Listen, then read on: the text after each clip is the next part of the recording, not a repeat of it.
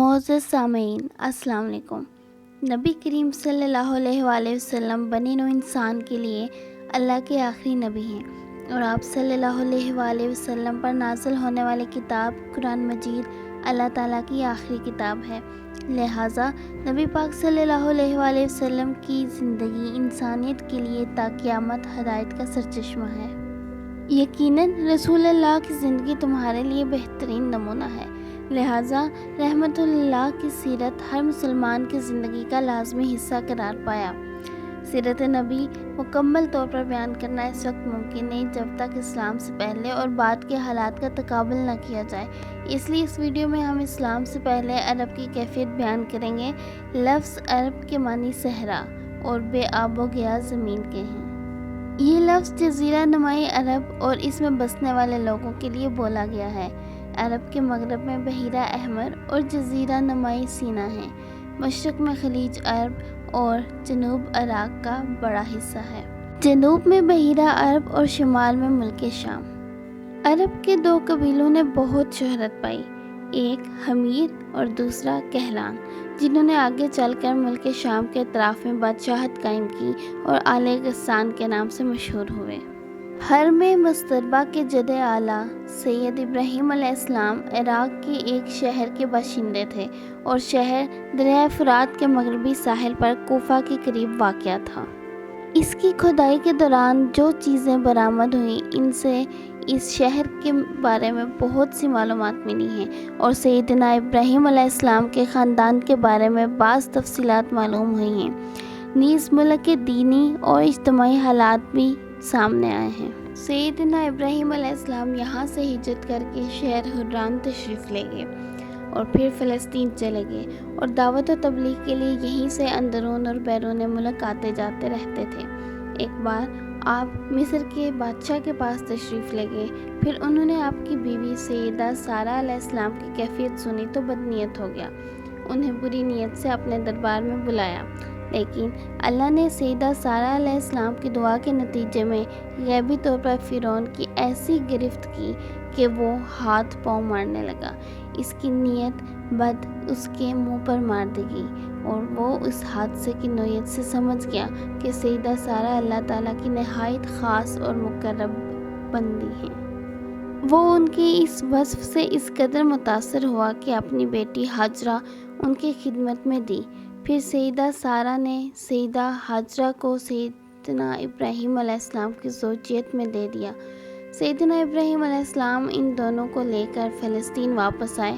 پھر اللہ تعالیٰ نے سیدہ ہاجرہ سے ابراہیم علیہ السلام کو ایک فرزند اسماعیل علیہ السلام عطا فرمائے۔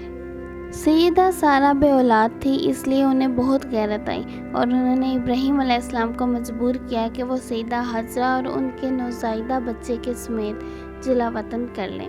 حالات نے ایسا رخ اختیار کیا کہ انہیں سیدہ سارہ کی بات ماننی پڑی، اور وہ حضرت ہاجرہ اور اسماعیل علیہ السلام کو لے کر حجاز چلے گئے۔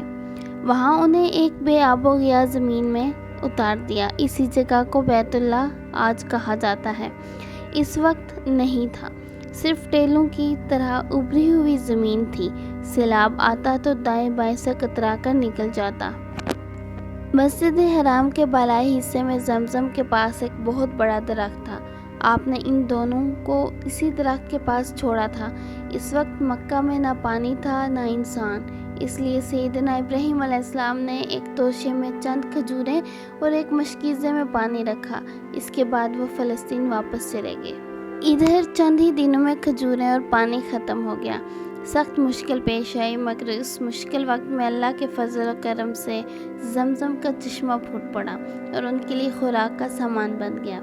اسماعیل علیہ السلام جب جوان ہوئے تو جرہم قبیلے سے عربی سیکھی۔ یہ قبیلہ وہاں پانی دیکھ کر آباد ہو گیا تھا۔ اس قبیلے کے لوگ انہیں پسند کرنے لگے تو اپنے خاندان کی ایک خاتون سے ان کی شادی کرا دی۔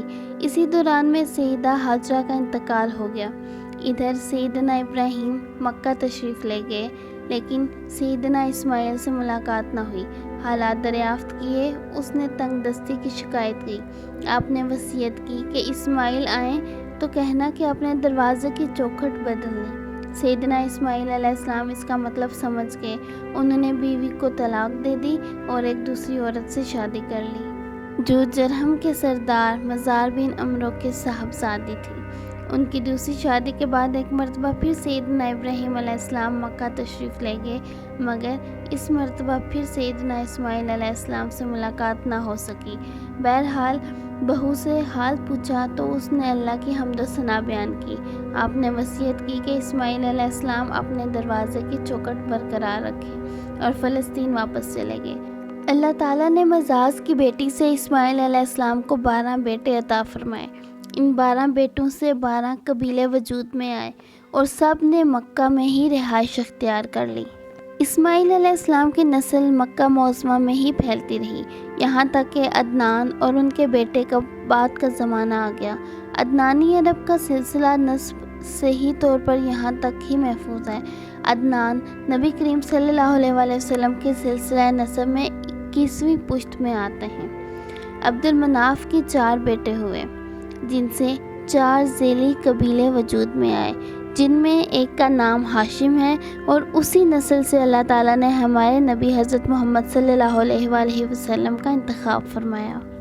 ابن عباس کا بیان ہے کہ رسول اللہ صلی اللہ علیہ وآلہ وسلم نے فرمایا، اللہ تعالیٰ نے مخلوق پیدا فرمائی تو مجھے سب سے اچھے گروہ کے اندر رکھا، پھر قبیلے کو چنا، مجھے سب سے اچھے قبیلے کے اندر بنایا، پھر گھرانوں کو چنا تو مجھے سب سے اچھے گھرانے میں بنایا، لہٰذا میں اپنی ذات کے اعتبار سے بھی سب سے اچھا ہوں اور اپنے گھرانے کے اعتبار سے بھی سب سے بہتر۔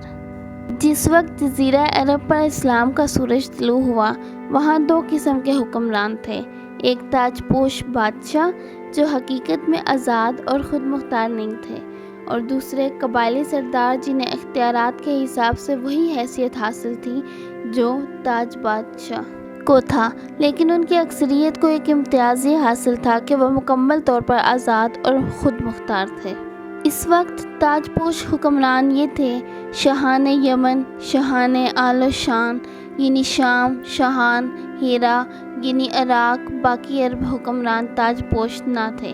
عرب اربا میں سے قدیم ترین قوم سبا تھی، یعنی عراق سے جو کتبات برآمد ہو گئے، اس میں 2.5 سال قبل مسیح کی اس قوم کا ذکر ملتا ہے، لیکن اس کے عروج کا زمانہ 11 صدی قبل مسیح سے شروع ہوتا ہے۔ اس کی تاریخ کے اہم ادوار یہ ہیں: 650 قبل مسیح سے پہلے کا دور، اس دور میں سبا کے بادشاہوں کا لقب مقرب سبا تھا۔ 115 قبل مسیح سے 650 قبل مسیح تک کا یہ دور تھا۔ اس زمانے میں سبا کے بادشاہوں نے مقرب کا لقب چھوڑ کر ملک کا لقب اپنا لیا اور سرو کی بجائے مارب کو اپنا دارالسلطنت بنایا۔ 300 عیسوی سے آغاز اسلام کا دور شروع ہوا۔ اس دور میں یمن کے اندر مسلسل اضطراب و انتشار برپا رہا، انقلابات آئے، خانہ جنگیاں ہوئی، بیرونی قوموں کو مداخلت کے مواقع ملے، یہاں تک کہ ایک وقت ایسا بھی آیا کہ یمن کی آزادی سلب ہو چکی۔ چنانچہ اسی دور میں رومیوں نے اردن پر فوجی قبضہ کیا اور ان کی مدد سے حبشیوں نے حمیر اور ہمدان کی آپس کی کشمکش سے فائدہ اٹھایا اور 340 عیسوی میں پہلی بار یمن پر قبضہ کیا۔ یہ قبضہ 378 عیسوی تک برقرار رہا اور اس کے بعد یمن کی آزادی تو بحال ہو گئی، لیکن مارب کی مشہور بند میں درار پڑنا شروع ہو گئی، یہاں تک کہ 450 عیسوی یا 451 عیسوی میں بند ٹوٹ گیا اور وہ عظیم سیلاب آیا جس کا ذکر قرآن مجید کی سورہ سبا میں سہل ارم کے نام سے کیا گیا ہے۔ پھر 530 عیسوی میں ایک اور سنگین حادثہ پیش آیا، وہ یہ کہ یمن کے یہودی بادشاہ سرنواز نے ہجران کے عیسائیوں پر ایک ہیبت ناک حملہ کیا، انہیں عیسائی مذہب چھوڑنے پر مجبور کرنے کی کوشش کی۔ جب وہ اس پر آمادہ نہ ہوئے تو سرنواز نے خندق کھدوا کر انہیں بھڑکتی ہوئی آگ میں چھوڑ دیا۔ قرآن مجید کی سورۃ بروج میں اس واقعے کی طرف اشارہ کیا گیا ہے۔ اس واقعے کا نتیجہ یہ ہوا کہ عیسائیت انتقام لینے پر تل گئی۔ وہ پہلے ہی رومی بادشاہوں کی قیادت میں بلا وجہ عرب کے فتوحات کی تیاری کر چکے تھے، اپنے علاقوں کو وسیع کرنا چاہتے تھے۔ انہوں نے حبشیوں کو یمن پر حملے کی ترغیب دی، انہیں بیری بیڑا مہیا کیا۔ حبشیوں نے رومیوں کی شہ پا کر 525 عیسوی میں آریہ کی قیادت میں 70,000 فوج سے یمن پر دوبارہ قبضہ کر لیا۔ قبضے کے بعد آریہ نے شاہ حبش کی حیثیت سے یمن پر حکمرانی کی، لیکن پھر اس کی فوج کے ایک ماتحت کمانڈر ابرا نے اسے قتل کر کے خود اقتدار پر قبضہ جما لیا اور شاہ حبش کو بھی راضی کر لیا کہ وہ اس قبضے کو تسلیم کر لیں۔ یہ وہی ابرا ہے جس نے بعد میں خانہ کعبہ کو اٹھانے کی کوشش کی اور ایک لشکر جرار کے ساتھ چند ہاتھیوں کو بھی لشکر میں شامل کر لیا، جو لشکر اصحاب الفیل کے نام سے مشہور ہے۔ عراق اور اس کے نواحی علاقوں پر اہل پارس کی حکمرانی چلی آ رہی تھی، اسے پارس بھی کہا جاتا ہے۔ اس کا زمانہ 529 سے 557 قبل مسیح ہے۔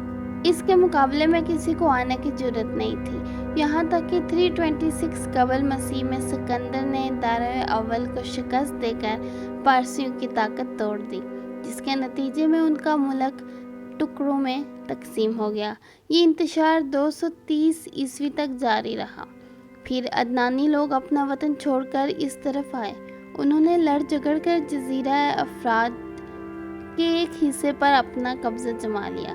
ادھر 226 عیسوی میں جب اردشیر نے ساسانی حکومت کی بنیاد ڈالی تو فارس کی طاقت ایک مرتبہ پھر بحال ہو گئی۔ شاہان ہیرا کے پاس فارسی فوج کی ایک یونٹ ہمیشہ رہا کرتی تھی، اسے باغیوں کی سرکوبی کا کام لیا جاتا تھا۔ یہ بات تو مشہور ہے کہ مکہ میں آبادی کا آباد ہونا سیدنا اسماعیل علیہ السلام سے ہوا۔ آپ نے 137 سال کی عمر پائی اور تاحیات مکہ کے سربراہ اور بیت اللہ کے متولی رہے، اور آپ کے بعد آپ کے 2 صاحبزادگان نبائی عود اور کدار یکے بعد دیگرے مکہ کے ولی رہے۔ ان کے بعد ان کے نانا مزار بن جرہمی نے اقتدار اپنے ہاتھ میں لے لیا۔ اس طرح مکہ کی سربراہی بنو جرہم کی طرف منتقل ہوئی۔ سیدنا اسماعیل علیہ السلام کا زمانہ قریباً 2000 سال قبل مسیح ہے۔ اس حساب سے مکہ میں قبیلہ جرہم کا وجود کوئی 2100 برس تک تھا اور ان کی حکمرانی قریباً 2000 برس تک رہی۔ بنو قزا نے مکہ پر قبضہ کرنے کے بعد بنو بکر کو شامل کیے بغیر تنہا اپنی حکمرانی قائم کی۔ البتہ 3 اہم اور امتیازی منصب مزرعی قبائل کے حصے میں آئے۔ نمبر 1، حاجیوں کو عرفات سے مزدلفہ لے جانا اور 13 ذی الحج کو منی سے واپسی کا پروانہ دینا، یہ حج کے سلسلے کا آخری دن ہے۔ نمبر 3، حرام مہینوں کو آگے پیچھے کرنا، یہ اعزاز بنو کنانہ کی ایک شاخ بنو تمیم بن عدی کو حاصل تھا۔ مکہ مکرمہ پر بنو قزا کا اقتدار کوئی 300 برس تک رہا۔ یہی زمانہ تھا جب عدنانی قبائل مکہ اور حجاز سے نکل کر نجف، عراق اور بحرین وغیرہ میں پھیلے اور مکہ کے اطراف میں قریش کی صرف چند شاخیں قائم رہیں۔ مکہ کی حکومت اور بیت اللہ کی تولیت میں ان کا کوئی حصہ نہ رہا، یہاں تک کہ قصہ انقلاب کا دور آیا۔ قصہ نے مکہ کا بندوبست اس طرح سے کیا کہ قریش کو مکہ کے اطراف سے بلا کر پورا شہر ان میں تقسیم کر دیا اور ہر خاندان کا ٹھکانہ مقرر کر دیا۔ البتہ مہینے کے آگے پیچھے کرنے والوں کے مناسب برقرار رکھے، کیونکہ قصہ یہ سمجھتا تھا کہ یہ ریت ہے، اس میں وہ رد و بدل کرنا درست نہیں سمجھتا تھا۔ قصہ کا ایک کارنامہ یہ بھی ہے کہ اس نے حرم کعبہ کے شمال میں دار و ندبہ تعمیر کیا۔ اس کا دروازہ مسجد کی طرف تھا۔ دار و ندبہ دراصل قریش کی پارلیمنٹ تھی، جہاں تمام بڑے بڑے اور اہم معاملات کے فیصلے ہوتے تھے۔ قریش پر دار و ندبہ کے بہت احسانات ہیں، کیونکہ یہ ان کے اتحاد کا ضامن تھا اور یہی ان کے الجھے ہوئے مسائل اچھے طریقے سے حل کرتا تھا۔ قصہ کو عظمت اور سربراہی کے کئی مرتبے حاصل تھے۔ نمبر 1، دار و ندوہ کی صدارت، جہاں بڑے بڑے معاملات کے فیصلے ہوتے تھے اور جہاں یہ لوگ اپنی بیٹیوں کی شادیاں بھی کرتے تھے۔ نمبر 2، جنگ کا پرچم بھی اس کے ہاتھوں باندھا جاتا تھا۔ نمبر 3، خانہ کعبہ کے پاس بانی، یعنی اس کا مطلب یہ ہے کہ خانہ کعبہ کا دروازہ قصہ ہی کھولتا تھا۔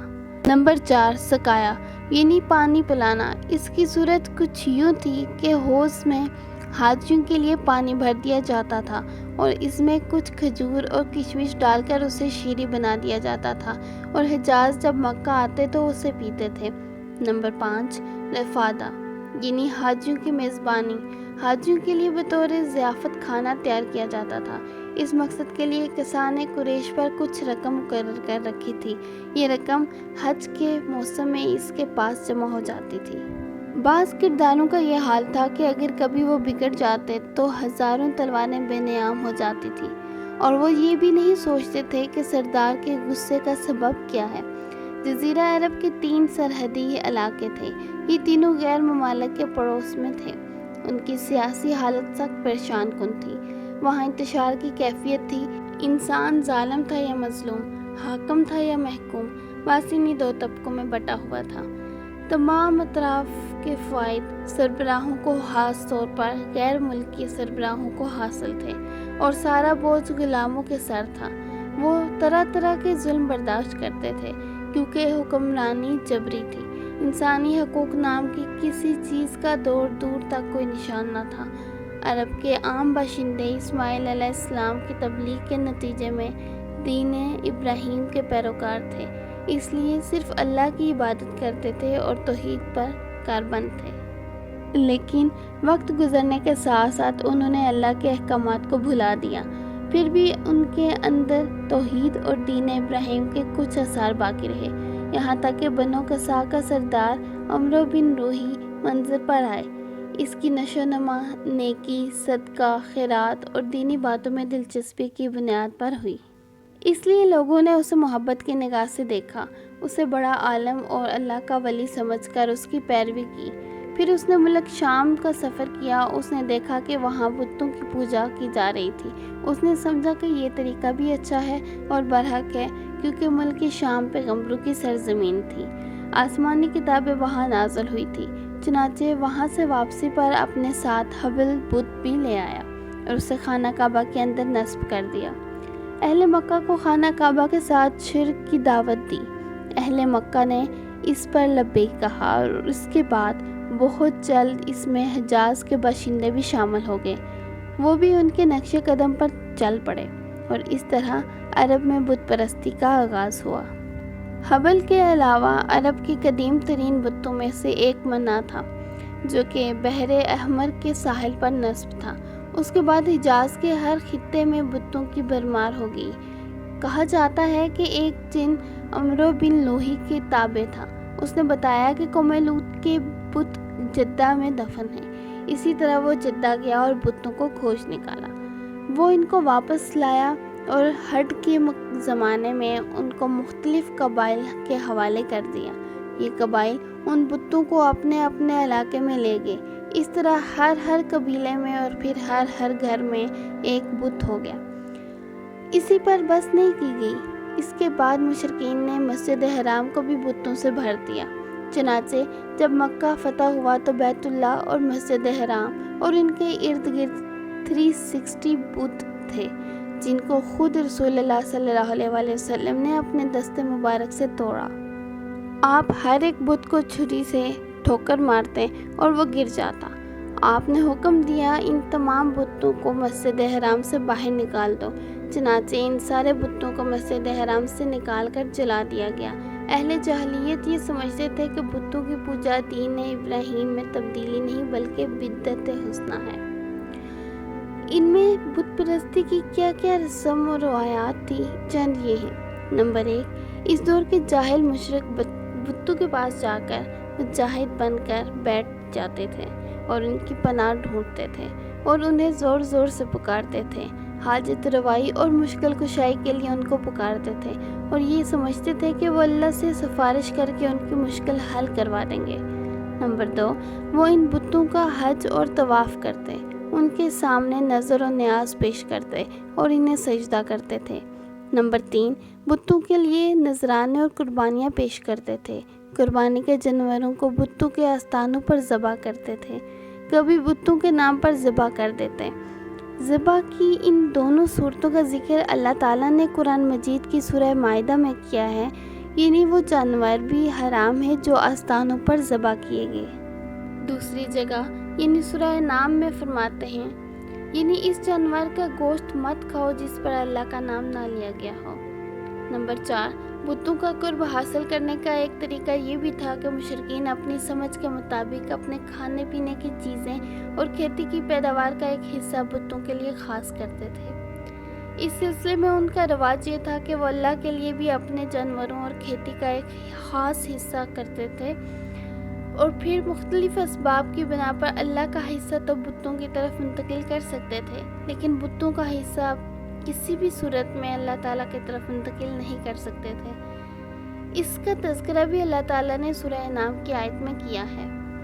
اللہ تعالیٰ نے جو کھیتی اور چوپائے پیدا کیے ہیں اس کا ایک حصہ انہوں نے اللہ کے لیے مقرر کیا، اور خود کہتے ہیں کہ یہ اللہ کے لیے ہے اور یہ ہمارے شرکاء کے لیے ہے۔ تو جو ان کے شرکاء کے لیے ہوتا ہے تو وہ اللہ کے لیے نہیں پہنچتا، مگر جو اللہ کے لیے ہوتا ہے وہ ان کے شرکاء تک پہنچ جاتا ہے۔ کتنا برا ہے یہ فیصلہ جو یہ لوگ کرتے ہیں۔ اور ان کے کچھ عقائد ایسے ہیں کہ جن پر یہ لوگ اللہ کا نام نہیں لیتے تھے، اور ان کے عقائد اور انہی جانوروں میں بحیرہ، صاحبہ اور ہانگ بھی ہیں۔ سیرت نگار ابن اسحاق کہتے ہیں کہ بحیرہ صاحبہ کی بچی کو کہا جاتا ہے، اور صاحبہ اس اونٹنی کو کہا جاتا ہے کہ جس سے پے در پہ مادہ بچے پیدا ہوں، درمیان میں کوئی نر نہ ہو۔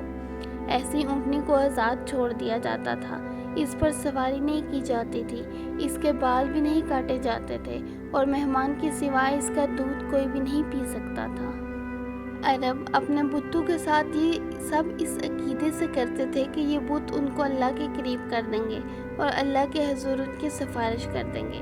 چنانچہ مشرکین جو کہتے تھے اللہ تعالیٰ نے قرآن مجید میں سورہ زمر میں اس کا تذکرہ اس طرح کیا ہے، ہم ان کی عبادت صرف اس لیے کر رہے ہیں کہ وہ ہمیں اللہ کے قریب کرے۔ اسی طرح قرآن کریم کی سورۃ یونس میں یہ الفاظ آئے ہیں، مشرکین اللہ کے سوا ان کی عبادت کرتے ہیں جو نہ نفع پہنچا سکے اور نہ نقصان، اور کہتے ہیں کہ یہ اللہ کے پاس ہماری سفارش ہے۔ مشرکین عرب کاہنوں اور نجومیوں پر بھی ایمان رکھتے تھے۔ کاہن اسے کہتے ہیں جو آنے والے واقعات کی پیشگوئی کرے اور جو چھپے ہوئے رازوں کو جاننے کا دعویٰ کرے۔ نجومی اسے کہتے ہیں جو ستاروں پر غور کر کے ان کی رفتار اور اوقات کے حساب لگا کر پتہ لگاتے ہیں۔ مشرکین میں بدشگونی کا بھی رواج تھا۔ اس کی صورت یہ تھی کہ مشرکین کسی چڑیا یا ہرن کے پاس جا کر اسے بھگاتے تھے۔ اگر وہ دائیں طرف بھاگتا تو اسے اچھا شگون سمجھتے تھے، اور اگر وہ بائیں طرف بھاگتا تو وہ اپنے کام سے باز رہتے۔ قریش کی ایک بدعت یہ تھی کہ وہ کہتے تھے کہ ہم سیدنا ابراہیم علیہ السلام کی اولاد ہیں اور مکہ کے خاص باشندے ہیں، کوئی شخص ہمارا تابع نہیں۔ اس لیے یہ لوگ اپنا نام ہنس یعنی بہادر رکھتے تھے۔ کہتے کہ ہمارے شایان شان نہیں کہ ہم حدود حرم سے باہر جائیں۔ چنانچہ حج کے دوران یہ لوگ عرفات نہیں جاتے تھے، بلکہ مزدلفہ میں ہی رہ کر وہیں سے اضافہ کر لیتے تھے۔ اللہ تعالیٰ نے اس بدعت کی اصلاح کرتے ہوئے سورہ بقرہ میں فرمایا، یعنی تم لوگ بھی وہیں سے افاضہ کرو جہاں سے سارے لوگ افاضہ کرتے ہیں۔ بلکہ اس بدعت کو یہ بھی تھا کہ وہ بیرون حرم باشندوں کو حکم دے رکھا تھا کہ وہ حرم میں آنے کے بعد پہلا طواف ان سے حاصل کیے گئے کپڑوں میں ہی کریں۔ چنانچہ اگر ان کا کپڑا دستیاب نہ ہوتا تو مرد ننگے طواف کرتے، اور عورتیں اپنے سارے کپڑے اتار کر ایک چھوٹے سے کپڑے میں طواف کرتی۔ اللہ تعالیٰ نے ان خرافات کے خاتمے کے لیے سورہ اعراف میں فرمایا، یعنی اے آدم کے بیٹوں، ہر مسجد کے سامنے اپنی زینت اختیار کرو۔ اس کے علاوہ جزیرہ عرب کے مختلف اطراف میں یہودیت، مسیحیت اور مجوسیت نے قدم جما لیے تھے۔ حکومت کی سخت گیری کے ہاتھوں یہود کی ایک جماعت فلسطین چھوڑ کر حجاز کے شمال میں آ بسی۔ ان یہود کے ذریعے عرب باشندوں میں کس قدر یہود کا بھی رواج عام ہوا، اور اسلام کے ظہور سے پہلے اس کو بھی ایک اچھی بھلی حیثیت حاصل ہو گئی۔ جہاں تک عیسائی مذہب کا تعلق ہے، عرب میں اس کی آمد حبشی اور رومی قبضہ گیروں اور روم فاتحین کے ذریعے ہوئی۔ یمن پر حبشیوں کا قبضہ پہلی بار 340 عیسوی میں ہوا، اور 378 عیسوی تک برقرار رہا۔ اس دوران یمن میں مسیحی مشن کام کرتا رہا۔ تقریباً اسی زمانے میں ایک متقی اور پرہیزگار شخص نجران پہنچا۔ نجران کے لوگوں کو اس کے دین میں کچھ ایسی علامات نظر آئیں کہ وہ عیسائی ہو گئے۔ جہاں تک مجوسیت کا تعلق ہے تو اسے زیادہ تر اہل فارس کے ہمسایہ عرب میں فروغ حاصل ہوا۔ عرب آبادی مختلف طبقات میں پڑی ہوئی تھی۔ یہ ہر طبقے کے حالات ایک دوسرے سے مختلف تھے۔ عورت کو خود مختاری حاصل تھی، اس کی بات مانی جاتی تھی، اس کی قدر، حفاظت اور احترام کیا جاتا تھا۔ آدمی جب اپنی شجاعت اور بہادری پر بات کرنا چاہتا، اپنی تعریف کرنا چاہتا تو عموماً عورت کو ہی مخاطب کرتا۔ زمانہ جاہلیت میں کسی حد کے بغیر متعدد بیویاں رکھنا ایک عام بات تھی۔ لوگ سکی بہنوں کو بھی ایک وقت میں نکاح میں رکھ لیتے تھے۔ باپ کی بیوی کو طلاق دینے کے بعد یا اس کے فوت ہو جانے پر بیٹا اپنی سوتیلی ماں سے بھی نکاح کر لیتا تھا۔ زمانہ جاہلیت میں باپ بیٹے کا تعلق بھی مختلف نوعیت کا تھا۔ کچھ تو ایسے تھے جو کہتے تھے کہ ہماری اولاد ہمارے کلیجے کا ٹکڑا ہے، جبکہ کچھ لوگ ایسے بھی تھے جو لڑکیوں کو رسوائی کے خوف سے زندہ دفن کر دیتے تھے۔ تاہم یہ کہنا مشکل ہے کہ یہ سنگ دلی بڑے پیمانے پر رائج تھی۔ خرافات کا دور دورہ تھا، لوگ جانوروں جیسی زندگی گزار رہے تھے۔ عورت بیچی اور خریدی جاتی تھی، بعض اوقات اسے مٹی اور پتھر جیسا سلوک کیا جاتا تھا۔ رہ گئی حکومتیں تو ان کو صرف اپنا خزانہ بھرنے سے ہی فرصت نہ تھی۔ اقتصادی حالات بھی خراب تھے، صرف تجارت ہی ان کے نزدیک ضروریات زندگی حاصل کرنے کا سب سے اہم ذریعہ تھا، اور تجارت کے لیے امن و سلامتی کی فضا کا ہونا ضروری تھا۔ اندرون عرب میں گلابانی اور کھیتی باڑی عام تھی، لیکن ان کا انتظام محدود اور غیر مستحکم تھا۔ عام لوگ ضروری لباس تک سے محروم تھے، اور سارا معاشرہ لڑائیوں اور انتشار کی وجہ سے مصروف رہتا۔ اہل جاہلیت میں کمینی اور ذیل عادات پائی جاتی تھیں اور عقل کے خلاف باتیں عام تھیں۔ خودداری اور عزت نفس اس پر قائم رہنا اور ظلم و جبر برداشت نہ کرنا بھی اہل جاہلیت کے اوصاف میں سے تھا۔ اس کا نتیجہ یہ نکلا کہ ان میں شدید غیرت پائی جاتی تھی۔ وہ فوراً غصے میں آ جاتے اور چھوٹی چھوٹی توہین یا معمولی باتوں پر بھی تلوار یا نیزہ اٹھا لیتے تھے۔ ہمارے نبی حضرت محمد صلی اللہ علیہ وآلہ وسلم کی ولادت باسعادت موسم بہار میں پیر کے دن صبح صادق کے بعد اور طلوع آفتاب سے پہلے ہوئی، یعنی ربیع الاول سن 53 ہجری مکہ مکرمہ میں۔ پیر کا دن آپ صلی اللہ علیہ وآلہ وسلم زندگی میں خاص اہمیت رکھتا ہے۔ حضرت ابن عباس رضی اللہ تعالیٰ عنہ فرماتے ہیں کہ آپ صلی اللہ علیہ وآلہ وسلم پیر کے دن پیدا ہوئے، پیر کے دن نبوت سے سرفراز فرمایا گیا، پیر کے دن مکہ مکرمہ سے مدینہ منورہ ہجرت کے لیے روانہ ہوئے اور پیر کے دن مدینہ منورہ تشریف لائے اور اسی دن دار فانی کو خیر آباد کہا۔ حضرت محمد صلی اللہ علیہ وآلہ وسلم کے پیدا ہوتے ہی آپ کے دادا عبد المطلب نے آپ کو اٹھا کر خانہ کعبہ میں لے جا کر دعا کی اور آپ کا نام محمد صلی اللہ علیہ وآلہ وسلم رکھا۔ پیدائش کی خوشی میں 7ویں دن اپنے قبیلے کے لوگوں کو دعوت دی گئی۔ لوگوں نے آپ کے دادا سے پوچھا کہ نومولود کا نام دوسرے لوگوں جیسا کیوں نہیں رکھا؟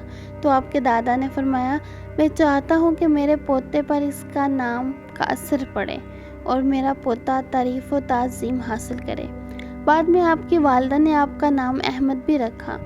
اللہ تعالیٰ نے قرآن مجید میں سورہ انبیاء میں فرمایا، ہم نے آپ صلی اللہ علیہ وآلہ وسلم کو تمام جہانوں کے لیے رحمت بنایا، یعنی آپ رحمت للعالمین ہیں۔